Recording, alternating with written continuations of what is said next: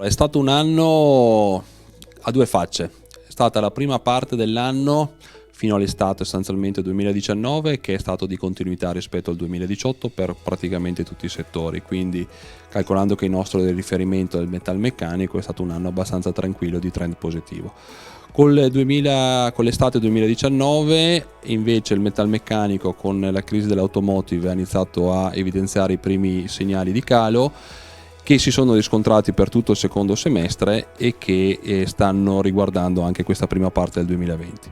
L'altro settore importante per il nostro territorio è l'agroalimentare, che invece è stato comunque positivo, ha evidenziato comunque trend di crescita positivi per tutto l'anno.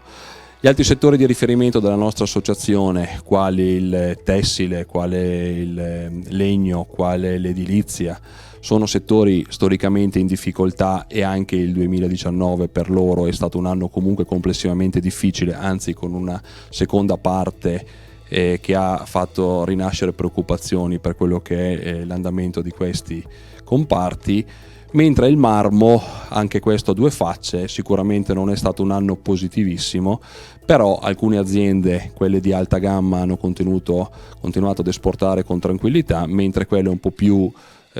sul mercato hanno evidenziato momenti di debolezza.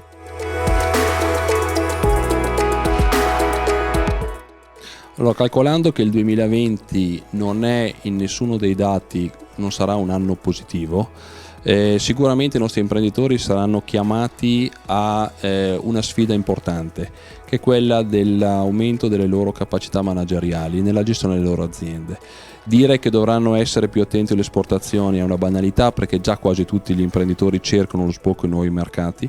però per chi ha difficoltà a esportare dovrà puntare molto alla gestione della propria azienda nelle difficoltà del mercato italiano, e questo vuol dire essere molto attento alla gestione finanziaria, essere molto attento ai parametri che le banche richiedono per poter poi accedere ai loro finanziamenti. Ma per il 2020 è richiesto un'ulteriore difficoltà ai nostri imprenditori, che è quello di accogliere i revisori per quelle aziende che superano i parametri individuati dal codice della crisi,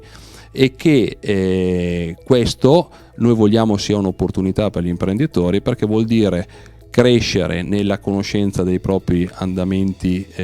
gestionali, crescere nella pianificazione dell'attività di budgeting,